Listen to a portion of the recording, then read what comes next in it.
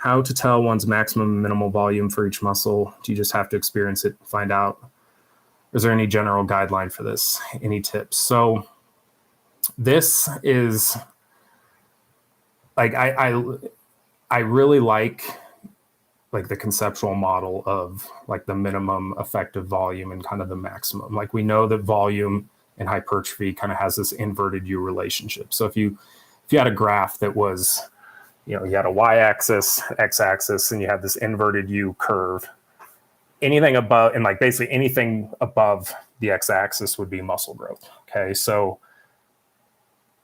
for the purposes of this discussion, let's say on the far left of this curve is going to be, your kind of your minimum effective dose. And then on the right is maybe your maximum effective. And maximum effective and maximum recoverable, I think, are two different things, which I think maximum recoverable volume relates more to like your work capacity, not necessarily the maximum you can really benefit from. And I think, and I apologize to RP if I'm misunderstanding some of their terminology, but the peak of the curve, I think they call it like your maximum adaptive volume. But basically think of it as like your optimal volume, like where you strive to be.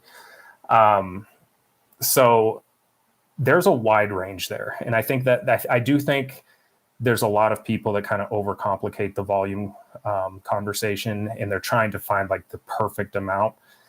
And there's no way of knowing for sure where the perfect amount is. I mean, you can, like some of the metrics, like pump, like ultimately performance is going to be the driving factor. If you increase volume and your performance trends up better under those circumstances in that environment, then maybe you would benefit from more volume.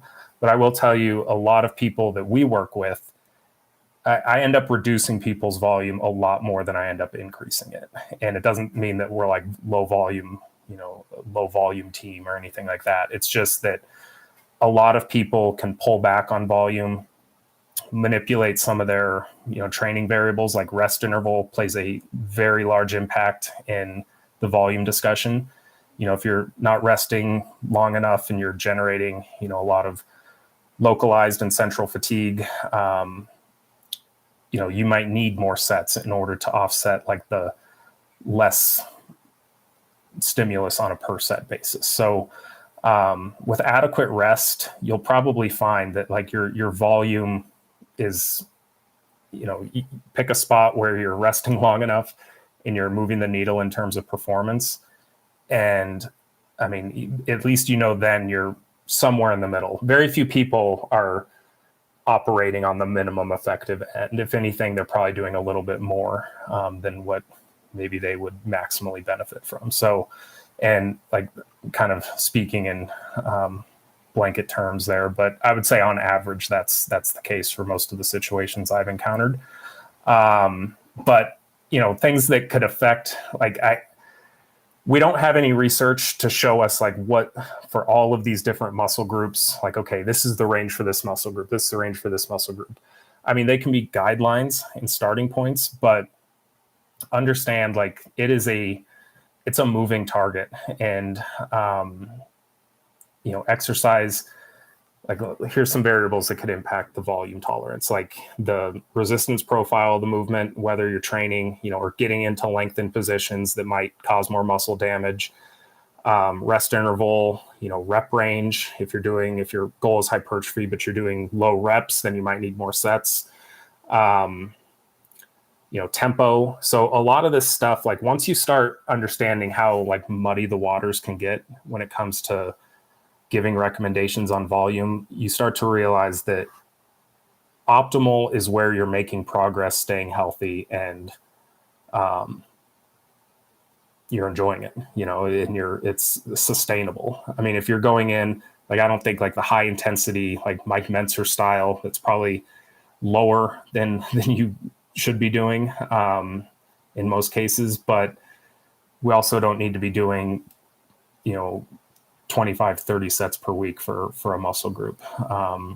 And if you are, or if somebody's like, okay, that's the only way I make progress, I would first look at their technique, look at their recovery, and look at their rest interval. Those are kind of the big things, because sometimes you can have situations where people will progress better off of less when you clean up their technique, or just pick a different exercise entirely, or just force them to rest. I think a lot of people sort of use that, I think it's good to try to disassociate the idea of fatigue and muscle growth. Like, okay, I'm fatigued after my session, therefore it was productive.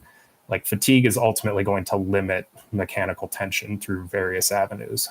So controlling for that fatigue, if you're able to do that, you can often get away with less. So it's a impossible question to answer. And then you add in like caloric intake, variations in energy balance, sleep, all the recovery modalities. I wouldn't even bother trying to find your low and your high end, to be honest. And that's my opinion.